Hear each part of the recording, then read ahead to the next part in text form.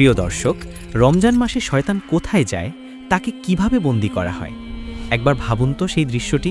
সারা বছর যে অদৃশ্য শক্তিটি আপনার ছায়ার মতো লেগে থাকে, আপনার কানের কাছে ফিসফিস করে বলে, আরে করো না, কেউ দেখছে না, আল্লাহ মাফ করে দেবেন। হঠাৎ এক রাতে সেই শক্তিটির অস্তিত্বই মুছে ফেলা হলো। মহাবিশ্বের ইতিহাসে সবচেয়ে বড় এবং সবচেয়ে রহস্যময় লকডাউন শুরু হয় রমজানের প্রথম চাঁদ ওঠার ঠিক পরম মুহূর্তে। হাদিসে এসেছে, রমজানের প্রথম রাতেই আসমানের ফেরেশতারা এমন কিছু শিকল নিয়ে নেমে আসেন যা কোনো লোহা বা ইস্পাতের তৈরি নয়, বরং তা আল্লাহর কুদরতের এক ভয়ঙ্কর বেরি। দুনিয়ার সবচেয়ে ভয়ঙ্কর, বিদ্রোহী এবং শক্তিশালী জিন বা শয়তানদের হাত পা সেই রাতে দুমড়ে মুচড়ে বেঁধে ফেলা হয়। তাদের টেনে হিঁচড়ে নিক্ষেপ করা হয় সমুদ্রের অতল গহ্বরে অথবা জনমানবহীন কোনো দ্বীপে। কিন্তু প্রশ্ন হলো, যদি শয়তান সত্যিই শিকলে বাধা থাকে, তবে রমজান মাসে মানুষ মিথ্যা কথা বলে কেন? কেন রোজার দিনেও মানুষ ঝগড়া করে, হারাম খায় বা জিনা করে? তবে কি শয়তান জেলখানা ভেঙে পালিয়ে আসে, নাকি এর পেছনে রয়েছে আরও গভীর, আরও ভয়ঙ্কর কোনো বাস্তবতা, যা জানলে আপনার গায়ের লোম দাঁড়িয়ে যাবে? আজ আমরা প্রবেশ করব সেই অদৃশ্য জগতের গোপন রহস্যে।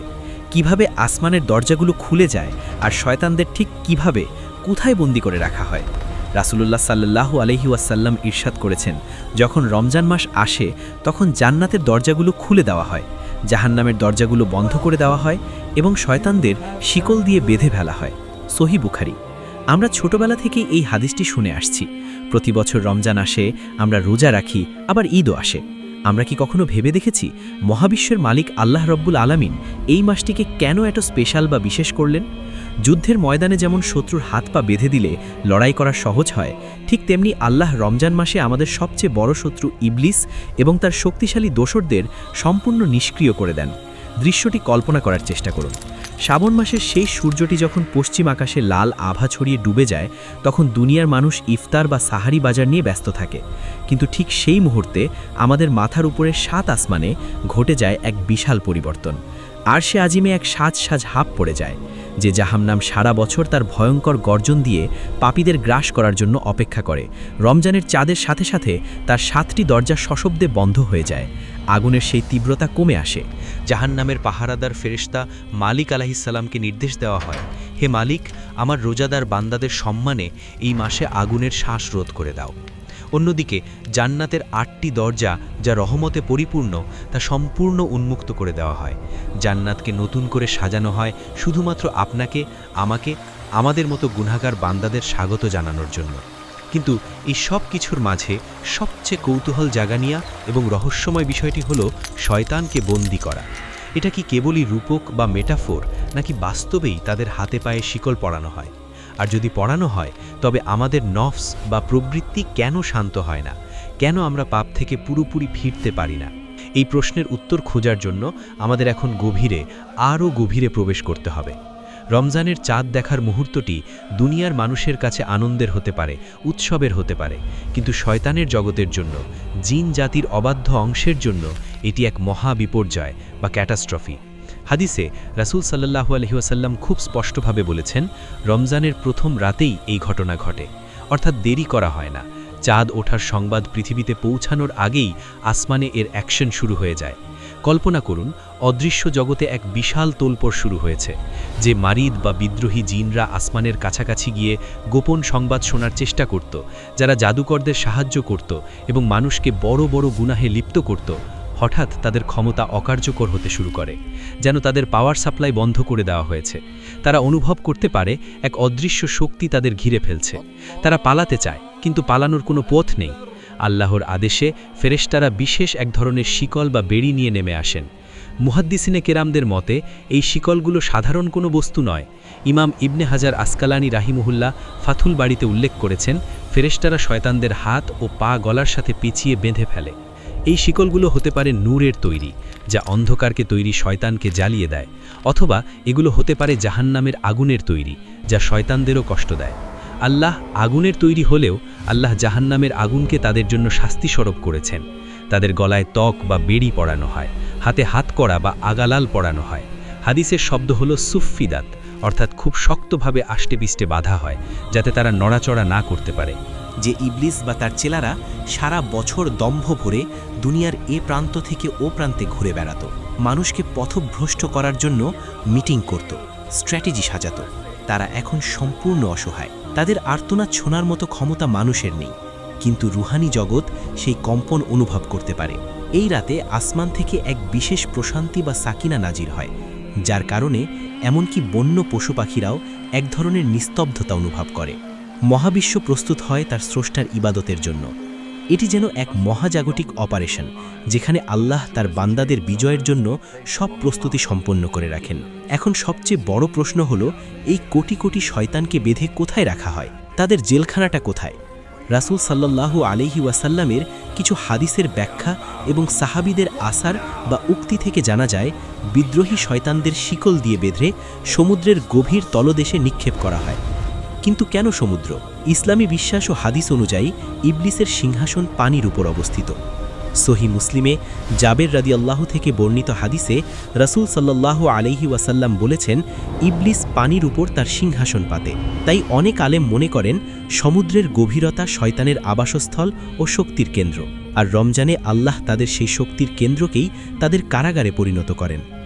ভাবুন একবার দৃশ্যটি, গহীন সমুদ্রের অন্ধকার তলদেশ, যেখানে সূর্যের আলো পৌঁছায় না, যেখানে পানির চাপ এতটাই বেশি যে লোহাও চ্যাপ্টা হয়ে যায়। সেই ভয়ঙ্কর অন্ধকারে হাজার হাজার ফুট পানির নিচে অভিশপ্ত শয়তানরা ছটফট করতে থাকে। তারা বের হতে চায়, কিন্তু আল্লাহর ফেরেশতাদের পাহারার কারণে তারা নিরুপায়। তারা চিৎকার করে, কিন্তু সেই শব্দ পানির বুদবুদ হয়ে মিলিয়ে যায়। সমুদ্রের অতল গহ্বরে তারা নিজেদের অভিশপ্ত জীবনের গ্লানি নিয়ে বন্দী থাকে পুরো 1 মাস। ইমাম ইবনি খুজাইমা রাহিমাহুল্লাহ তার সহি হাদিস গ্রন্থে উল্লেখ করেছেন যে শয়তানদের শিকল পরিয়ে দূরে কোথাও নির্বাসিত করা হয়। আবার কোনো কোনো আলেম বলেছেন তাদের এমন কোনো স্থানে বন্দী করা হয় যেখানে মানুষের চলাচল নেই বা তাদের ওয়াসওয়াসা মানুষের কানে পৌঁছায় না। তবে এখানে একটি গুরুত্বপূর্ণ ও সূক্ষ্ম পয়েন্ট আছে। ইমাম কুরতুবী এবং কাজী ইয়াজ রাহিমাল্লাহ এর মতে দুনিয়ার সব শয়তানকে বন্দী করা হয় না, বরং হাদিসে মারিদ বা মুস্তারিক শব্দ ব্যবহার করা হয়েছে। অর্থাৎ যারা অত্যধিক শক্তিশালী লিডার বা সর্দার গোছের শয়তান, তাদেরই কেবল বন্দী করা হয়। ছোটোখাটো চুনোপুচি শয়তানরা হয়তো কিছুটা মুক্ত থাকে, কিন্তু তাদের সর্দাররা যখন বন্দী, তখন তাদের ক্ষমতাও সীমিত হয়ে পড়ে। ঠিক যেন সেনাপতি ছাড়া এক বিশৃঙ্খল সেনাবাহিনী, লিডার নেই, তাই তাদের ধোঁকা দেওয়ার কৌশলও দুর্বল হয়ে পড়ে। তারা বিভ্রান্ত হয়ে পড়ে, কমান্ড দেওয়ার কেউ থাকে না। ফলে রমজানে পাপ কাজ হয়, কিন্তু তা অন্য মাসের তুলনায় অনেক কম এবং দুর্বল প্রকৃতির। অনেকের মনেই এই প্রশ্ন আসে, এই শিকল কি সত্যিই লোহার শিকল, নাকি এটা রূপক অর্থে বলা হয়েছে? ইসলামের স্কলারদের মধ্যে এখানে দুটি মত পাওয়া যায় এবং দুটি আমাদের জন্য গভীর শিক্ষার বিষয়। এই বিষয়টি বুঝতে হলে আমাদের একটু দর্শনের গভীরে যেতে হবে। প্রথম মত অনুযায়ী কাজী ইয়াজ এবং অধিকাংশ মুহাদ্দিস বলেন এটা হাকিকি বা আক্ষরিক অর্থেই সত্য, অর্থাৎ বাস্তবেই তাদের শরীরে শিকল পরানো হয়। আল্লাহ যা ইচ্ছা তাই করতে পারেন।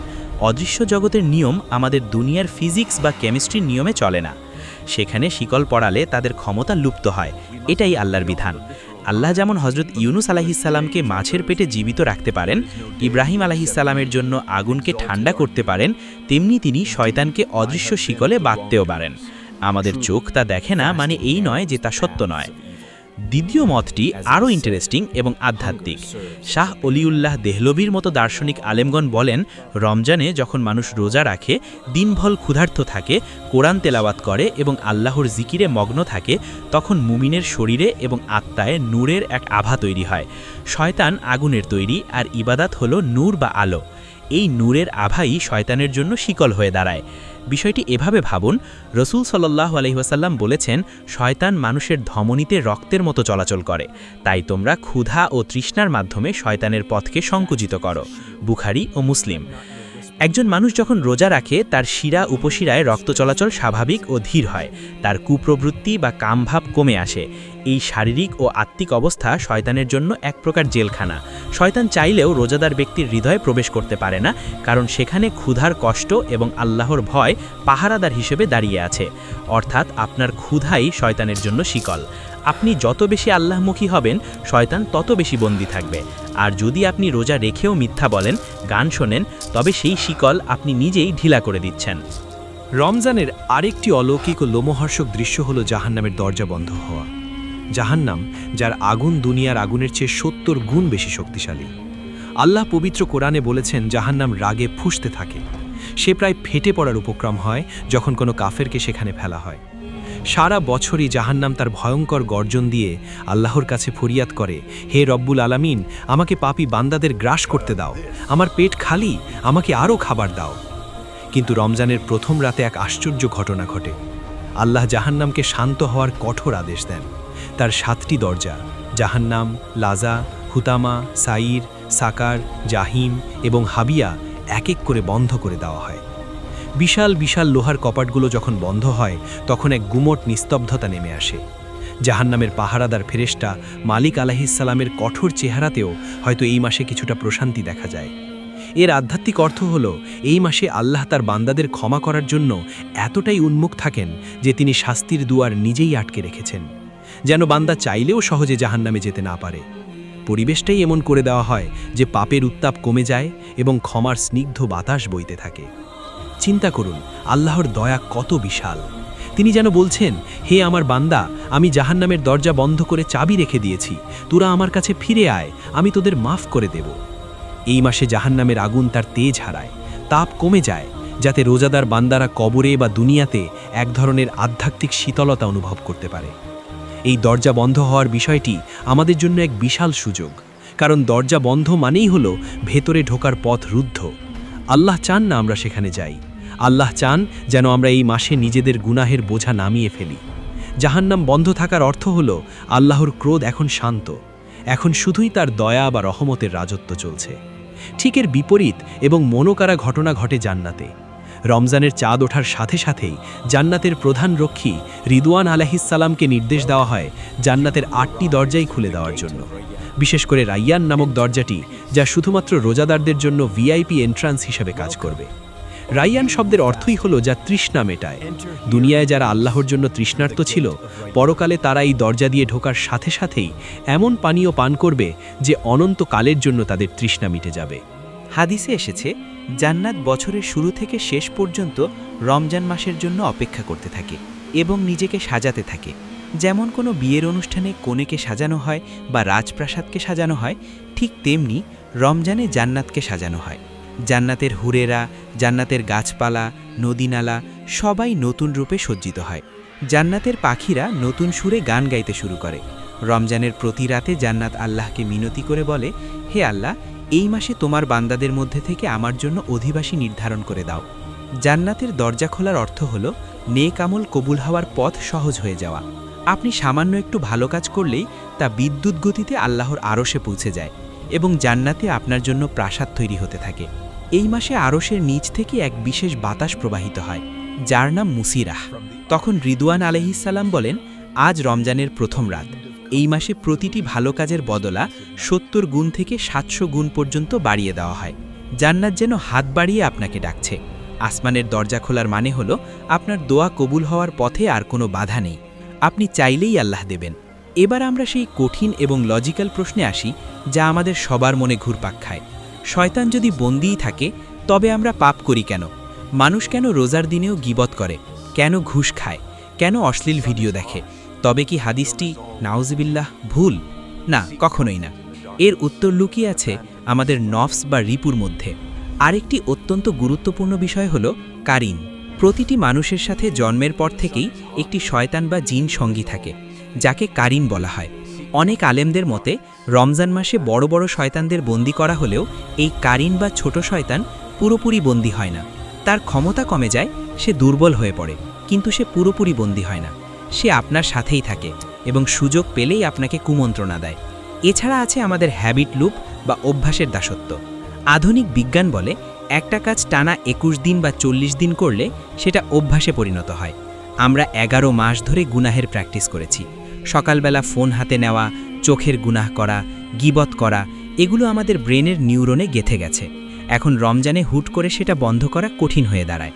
শয়তান অনেকটা সেই দুষ্টু চাষির মতো, যে 11 মাস ধরে আপনার হৃদয়ের জমিনে আগাছার বীজ বুনেছে, পানি দিয়েছে, সার দিয়েছে। এখন রমজান মাসে সে নেই, কিন্তু তার লাগানো আগাছাগুলো তো বড় হয়ে গেছে। এখন এই আগাছা পরিষ্কার করার দায়িত্ব আপনার। আল্লাহ রমজানে শয়তানকে সরিয়ে নিয়ে আমাদের একটা পরীক্ষা নেন।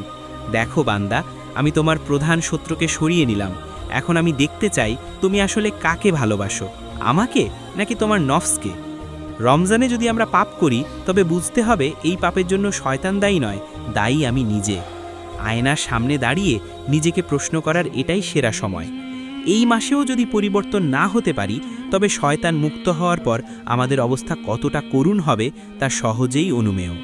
রমজানের প্রতিটি রাতে যখন আমরা ইফতার করে ক্লান্ত হয়ে পড়ি অথবা তারাবির নামাজে দাঁড়াই, তখন আসমান থেকে এক অলৌকিক ঘটনা ঘটে। আমাদের চর্মচক্ষু তা দেখে না, কান তা শোনে না, কিন্তু মুমিনের রূহ তা অনুভব করতে পারে। রাসূল সাল্লাল্লাহু আলাইহি ওয়াসাল্লাম বলেছেন, একজন ফেরেশতা প্রতি রাতে ঘোষণা করতে থাকেন, ইয়া বাগিয়াল খাইর আকবিল ওয়া ইয়া বাগিয়াশ শার আকসির, অর্থাৎ হে কল্যাণের সন্ধানী, হে জান্নাত পিয়াসী, এগিয়ে আসো, অর্থাৎ নেক কাজ করো, তোমার সময় এসেছে। আর হে অকল্যাণের বা পাপের সন্ধানী, হে গুনাহগার, এবার থামো, অর্থাৎ পাপ কাজ বন্ধ করো, নিজের উপর দয়া করো। এই আহ্বান প্রতি রাতে চলতে থাকে সূর্যাস্ত থেকে ফজর পর্যন্ত। চিন্তা করুন, মহাবিশ্বের মহান স্রষ্টা আল্লাহ তার ফেরেশতাদের ডিউটি দিয়েছেন শুধু আপনাকে ডাকার জন্য। আল্লাহ যেন ফেরেশতাদের মাধ্যমে আমাদের হাতে পায়ে ধরে ডাকছেন ফিরে আসার জন্য। দুনিয়ার কোনো রাজা কি তার বিদ্রোহী প্রজার জন্য এভাবে দরজা খুলে প্রহরী সরিয়ে জেলখানা বন্ধ করে অপেক্ষা করে? অথচ আল্লাহ তাই করছেন। রমজানের প্রতিটি রাতে আল্লাহ অসংখ্য মানুষকে জাহান্নাম থেকে মুক্তি দেন। হাদিসে একে বলা হয়েছে উতাকাও মিনান নার। আল্লাহ লিস্ট নিয়ে বসে থাকেন, আজ কাকে মাফ করা যায়, কার চোখের পানি পড়েছে, কে তওবা করেছে, কে ইফতারের আগে হাত তুলে বলেছে মালিক আমি ভুল করেছি। এখন যদি আপনি আপনার নফসের বিরুদ্ধে জিততে না পারেন তবে আর কবে পারবেন? এই শিকল, এই বন্ধ দরজা, এই জান্নাতের সুগন্ধি, এই ফেরেশতার আহ্বান সবই আপনার জন্য। আল্লাহ তাআলা রমজান মাসকে আপনার অনুকূলে এনে দিয়েছেন। এখন সিদ্ধান্ত আপনার। আপনি কি এই সুবর্ণ সুযোগ কাজে লাগিয়ে জান্নাতের মেহমান হবেন, নাকি সেই দুর্ভাগা ব্যক্তির মতো হবেন যার ব্যাপারে জিবরাইল আলাইহিসসালাম বদদোয়া করেছেন? ধ্বংস হোক সেই ব্যক্তি যে রমজান পেল কিন্তু নিজের গুনাহ মাফ করাতে পারল না। রাসূল সাল্লাল্লাহু আলাইহি ওয়াসাল্লাম মিম্বরে গাড়িয়ে সেই বদদোয়ায় আমিন বলেছিলেন। ভাবা যায় নদীজির আমিন বলা মানে সেই ধ্বংস নিশ্চিত। তাই সাবধান হওয়ার সময় এখনই। প্রিয় ভাই ও বোন, রমজানের চাঁদ দেখা যাওয়ার সাথে সাথে দয়া করে মনে করবেন না এটি শুধু একটি ক্যালেন্ডারের পরিবর্তন। মনে রাখবেন, এখন আপনার সবচেয়ে বড় শত্রুকে আল্লাহ আপনার জন্য আটকে রেখেছেন। জাহান্নামের দরজা বন্ধ, এর মানে হলো আল্লাহ আপনাকে শাস্তি দিতে চান না, তিনি বাহানা খুঁজছেন আপনাকে মাফ করার। জান্নাতের দরজা খোলা, এর মানে হলো আল্লাহ আপনাকে বুকে টেনে নিতে চান। শয়তান বন্দী, এর মানে হলো আল্লাহ চান আপনি এই যুদ্ধে জিতে যান। আসুন এই রমজানে আমরা আমাদের নফসের গলায় লাগাম পরা করি। শয়তান শিকল খোলার আগেই যেন আমরা আল্লাহ রহমতের চাদরে নিজেদের এমনভাবে জড়িয়ে নিতে পারি যেন আর কোনোদিন পথভ্রষ্ট না হই। হয়তো এটাই আমার বা আপনার জীবনের শেষ রমজান। কে জানে আগামী বছর এই সুযোগ আর আসবে কিনা। হয়তো কাফনের কাপড় আমাদের জন্য বাজারে এসে গেছে। হে আল্লাহ, রমজানের এই পবিত্র দিনগুলোতে আমাদের শয়তানি প্রবৃত্তি থেকে রক্ষা করুন। আমাদের নামগুলো জাহান্নাম থেকে মুক্তিপ্রাপ্তদের তালিকায় লিখে দিন এবং রাইয়ান দরজা দিয়ে জান্নাতে প্রবেশ করার তৌফিক দিন। আমিন ইয়া রাব্বাল আলামিন।